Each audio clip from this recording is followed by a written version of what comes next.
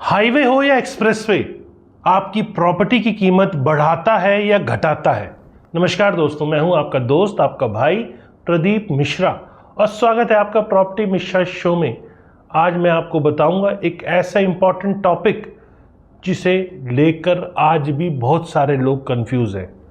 आज मैं बात कर रहा हूं हाईवे या एक्सप्रेसवे का निकलना आपकी प्रॉपर्टी की प्राइस इंक्रीज करता है या डिक्रीज करता है। तो तैयार हो जाइए आज इस इंटरेस्टिंग एनालिसिस के लिए। अगर आप तैयार हैं तो चलिए आगे बढ़ते हैं। लेकिन आगे बढ़ने से पहले आपको बता दूं, अगर वीडियो पसंद आए तभी लाइक कमेंट शेयर कीजिएगा और आपको एनालिसिस ऐसे और रेगुलर चाहिए तो फटाफट चैनल को सब्सक्राइब भी कर लीजिएगा। तो चलिए शुरू करते हैं।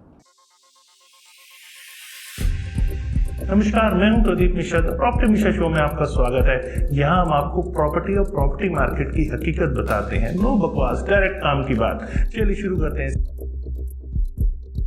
कई लोग तो ये समझ ही नहीं पाते कि नया हाईवे या एक्सप्रेसवे उनको प्राइस एप्रिसिएशन देगा या प्राइस रिडक्शन देगा।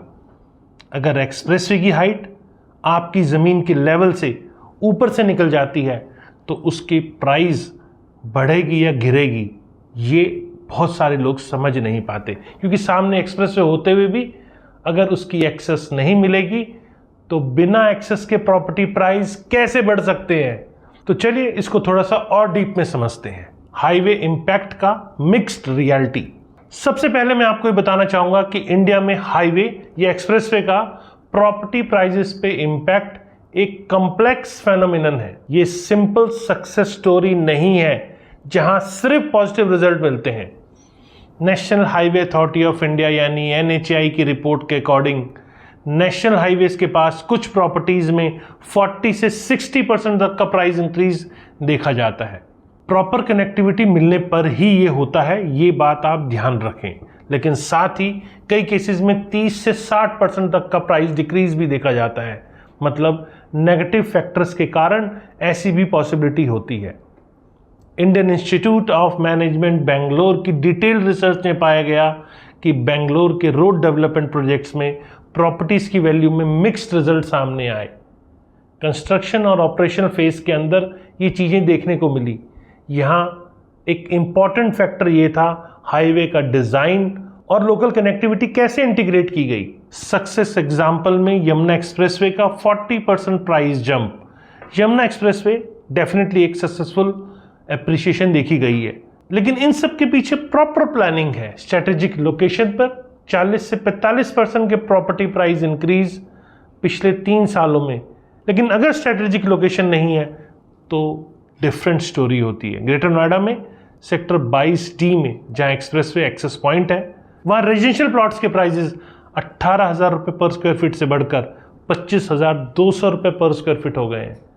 ये अप्रॉक्सीमेटली 40% का एप्रिसिएशन प्रॉपर कनेक्टिविटी और जेवर एयरपोर्ट की प्रॉक्सिमिटी के कारण है। अब नॉलेज पार्क 5 एरिया में कमर्शियल प्लॉट्स में 42% का इंक्रीज देखी गई है, क्योंकि यहाँ डायरेक्ट एक्सप्रेसवे कनेक्टिविटी मिली है मल्टीपल एक्सेस पॉइंट्स के साथ। लेकिन ये बेनिफिट्स सिर्फ उन प्लॉट्स को मिला जहाँ प्रॉपर सर्विस रोड और यूटिलिटी इंफ्रास्ट्रक्चर डेवलप हुए हैं।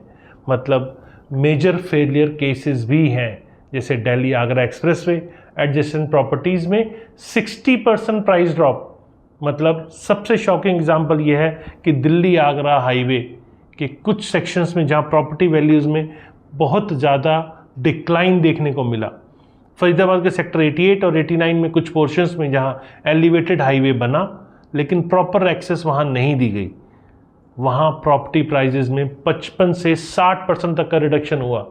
2019 में इन एरियाज में एवरेज प्रॉपर्टी प्राइस 8500 पर स्क्वायर फीट थे, 2024 में घटकर 3400 रुपये पर स्क्वायर फीट हो गया। अब ये लगभग 60% का डिक्लाइन दिखाता है। मेन रीज़न थे नॉइस पॉल्यूशन लेवल 75% डेसिबल तक पहुंचना, विजुअल ऑब्स्ट्रक्शन एलिवेटेड स्ट्रक्चर के कारण और लोकल कनेक्टिविटी का कंप्लीट डिस्ट्रप्शन। अब बल्लभगढ़ बाईपास के पास कई कमर्शियल प्रॉपर्टीज जो पहले प्राइम लोकेशन थी, हाईवे एलिवेशन के कारण कस्टमर एक्सेसिबिलिटी कंप्लीटली खत्म हो गई। एक शॉपिंग कॉम्प्लेक्स की वैल्यू 12 करोड़ से घटकर 4.8 करोड़ हो गई। ये है एग्जैक्ट 60% का रिडक्शन। गाजियाबाद हाईवे कॉरिडोर की बात करें तो वहाँ मिक्स रिजल्ट मिले। दिल्ली मेरठ एक्सप्रेसवे के गाजियाबाद सेक्शन में दोनों एक्सट्रीम्स देखे गए। जहां प्रॉपर इंटरचेंज पॉइंट्स बने वहां 38 से 40% का प्राइस एप्रिसिएशन हुआ। इंदिरापुरम के कुछ सेक्टर्स में प्रॉपर्टी वैल्यूज 6800 पर स्क्वायर फीट से बढ़कर 9500 पर स्क्वायर फीट हो गई। लेकिन साथ ही एलिवेटेड सेक्शंस के डायरेक्टली नीचे वाली प्रॉपर्टीज में 45 से 60% तक की डिक्लाइन देखने को मिला। कौशाम्बी एरिया के कुछ पार्ट्स में ग्राउंड फ्लोर कमर्शियल यूनिट्स की रेंटल वैल्यू 180 रुपये पर स्क्वायर फीट से घटकर 72 रुपीज़ पर स्क्वायर फीट रह गई, मतलब एग्जैक्ट 60% रिडक्शन। वैशाली सेक्टर 5 में एक रेजिडेंशियल सोसाइटी जो हाईवे के तुरंत बगल में है लेकिन एलिवेटेड स्ट्रक्चर के नीचे पड़ती है, उनके फ्लैट प्राइजेस 4200 रुपीज़ पर स्क्वायर फीट से घटकर 1890 रुपीज़ पर स्क्वायर फीट रह गए। मतलब रेजिडेंशियल को नॉइज, एयर पॉल्यूशन और रेस्ट्रिक्टेड नेचुरल लाइट की प्रॉब्लम फेस करनी पड़ रही है।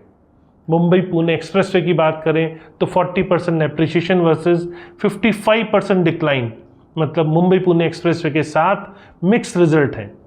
पुणे के कुछ एरियाज में जैसे हिंजेवाड़ी के पास जहां प्रॉपर कनेक्टिविटी मिली, वहां आईटी कंपनीज के एक्सपेंशन के कारण रेजिडेंशियल प्रॉपर्टी प्राइजेस में 40% का इंक्रीज देखने को मिला। लेकिन एक्सप्रेसवे के एलिवेटेड सेक्शन के नीचे इंडस्ट्रियल एरियाज में प्रॉपर्टी वैल्यू ड्रास्टिकली कम हो गई। तालेगांव के कुछ इंडस्ट्रियल प्लॉट्स की वैल्यू 2800 रुपये पर स्क्वायर फीट से घटकर 1260 रुपये पर स्क्वायर फीट रह गई। ये है 55% का डिक्लाइन और नॉइज पॉल्यूशन और रेस्ट्रिक्टेड एक्सेस के कारण। लोनावाला बाईपास के एरिया में कुछ होटल्स और रिजॉर्ट जो पहले हाईवे विजिबिलिटी के कारण पॉपुलर थे, एलिवेटेड एक्सप्रेसवे बनने के बाद उनकी बिजनेस 60% तक कम हो गई क्योंकि ट्रैवलर्स को डायरेक्ट एक्सेस नहीं मिल रहा था। तो चलिए अब बेंगलोर एलिवेटेड हाईवे की बात करते हैं। 60% कमर्शियल वैल्यू ड्रॉप। बेंगलोर की सबसे डॉक्यूमेंटेड केस ये है कि फ्लाईओवर और एलिवेटेड हाईवे के नेगेटिव इम्पैक्ट है यहाँ पे। टाइप्स ऑफ इंडिया की एक रिपोर्ट के according wheeler road flyover completion के बाद एडजस्टेंट कमर्शियल प्रॉपर्टीज की वैल्यू में ड्रामेटिकली डिक्लाइन देखने को मिला। तो चलिए कुछ पॉजिटिव स्टोरी की तरफ भी बात करें। Eastern peripheral expressway 45% success story. Eastern peripheral expressway के कुछ स्ट्रेटेजिक लोकेशन पर सक्सेस एप्रिसिएशन भी देखने को मिला। कुंडली एरिया में इंडस्ट्रियल प्लॉट्स की वैल्यू 42 से 45% तक इंक्रीज हुई। लॉजिस्टिक कनेक्टिविटी इसका मेन कारण था। बागपत रोड के इंडस्ट्रियल कॉरिडोर में वेयर हाउस और लॉजिस्टिक प्रॉपर्टीज की डिमांड बढ़ी, जिससे प्रॉपर्टी वैल्यूज में 2400 रुपये पर स्क्वायर फीट से बढ़कर 3480 रुपीज़ पर स्क्वायर फीट हो गई। ये है 45% की एप्रिसिएशन प्रॉपर ट्रक मूवमेंट और गुड्स ट्रांसपोर्टेशन फैसिलिटीज के कारण। लेकिन साथ ही ईपीई के रेजिडेंशियल एरिया के पास नॉइज लेवल बढ़ने से कई हाउसिंग सोसाइटीज की प्रॉपर्टी वैल्यू स्टैग्नेट रह गई या स्लाइटली डिक्लाइन देखी गई। तो चलिए अब नेगेटिव इंपैक्ट फैक्टर्स के रीजन समझ लेते हैं। मतलब 60% डिक्लाइन अगर हो रहा है तो क्या रीजंस है। जहां प्रॉपर्टी वैल्यू में 55 से 60% तक का डिक्लाइन देखा गया, वहां कॉमन फैक्टर थे एलिवेटेड हाईवे स्ट्रक्चर जो ग्राउंड लेवल प्रॉपर्टीज के लिए मल्टीपल प्रॉब्लम क्रिएट कर रहे थे। विजुअल पॉल्यूशन, नॉइज एम्प्लीकेशन और सनलाइट ब्लॉकेज, और साथ में रिस्ट्रिक्टेड एक्सेस इसके मेन कंसर्न्स थे। कंस्ट्रक्शन फेज डिस्ट्रक्शन भी एक मेजर फैक्टर है। IIM बेंगलोर की स्टडी के अकॉर्डिंग कंस्ट्रक्शन फेज के दौरान कमर्शियल प्रॉपर्टीज की रेंटल वैल्यू में 50 से 60% तक का टेम्प्रोरी डिक्लाइन देखने को मिलता है और हैवी मशीनरी यूजेज और ट्रैफिक डाइवर्जन के कारण ये ज़्यादा होता है। लैंड एक्विजिशन इश्यूज में भी कई प्रॉपर्टी ऑनर्स को 50% तक कम कंपनसेशन मिला मार्केट वैल्यू के कंपैरिजन में, जो इफेक्टिवली वैल्यू डिस्ट्रक्शन है उनके लिए। अब पॉजिटिव इम्पैक्ट एग्जाम्पल्स के साथ में बात करते हैं। मतलब 40% सक्सेस स्टोरी जो है वो क्या कहती है। जहां 40 से 45% का प्राइस एप्रिशिएशन देखने को मिला, वहां कॉमन सक्सेस फैक्टर थे proper access point, well planned service road, adequate parking facilities और integrated development approach. Yamuna expressway के sector 22D knowledge park areas में ये सब फैक्टर्स प्रॉपरली एड्रेस किए गए, जिससे सस्टेनेबल एप्रिसिएशन हुई। जेवर एयरपोर्ट प्रॉक्सिमिटी भी एडिशनल कैटलिस्ट फैक्टर रहा। अब गुरुग्राम के द्वारका एक्सप्रेसवे सेक्शन में भी सिमिलर सक्सेस पैटर्न देखे गए, जहां मेट्रो कनेक्टिविटी और कमर्शियल डेवलपमेंट के साथ इंटीग्रेटेड प्लानिंग की गई। प्रॉपर वैल्यूज में कंसिस्टेंट 40% एप्रिसिएशन देखने को मिला, और वो सब प्रॉपर इंफ्रास्ट्रक्चर के कारण। अब इसके रीजनल पैटर्न एनालिसिस आपको बताता हूँ।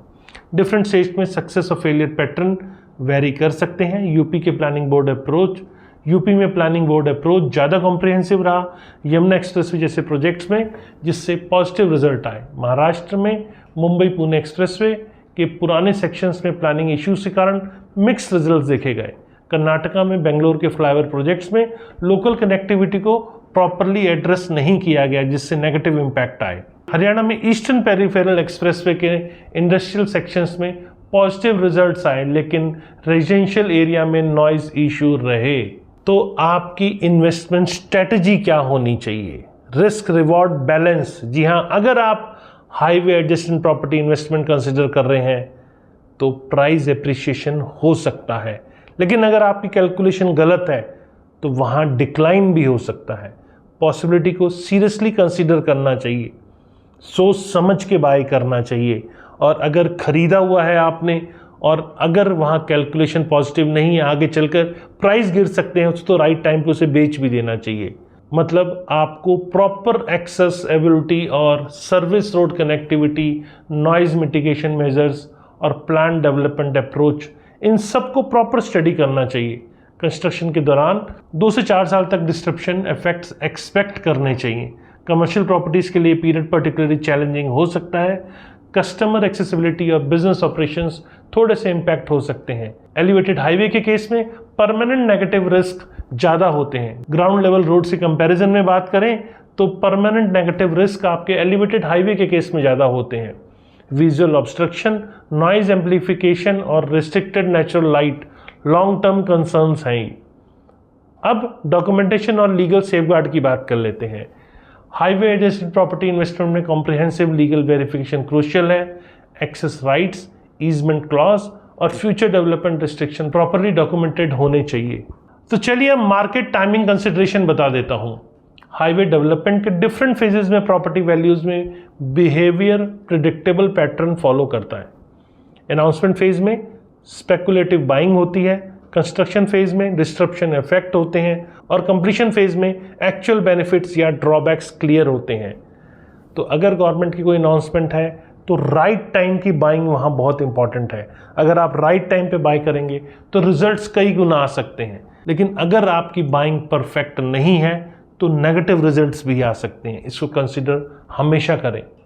कोशिश करें लेने से पहले एक बार ज़रूर समझ लें, क्योंकि बहुत सारी चीज़ें हमारे लिए रूटीन की बात है, आम बातें हैं, तो हमारी रिसर्च लेवल एक अलग लेवल की होती है। तो आप हमसे संपर्क कर सकते हैं, लेकिन ख़रीदारी करने से पहले। और अगर ख़रीदारी कर चुके हैं तो बेचना है या रुकना है, ये भी आप मिलकर हमसे समझ सकते हैं।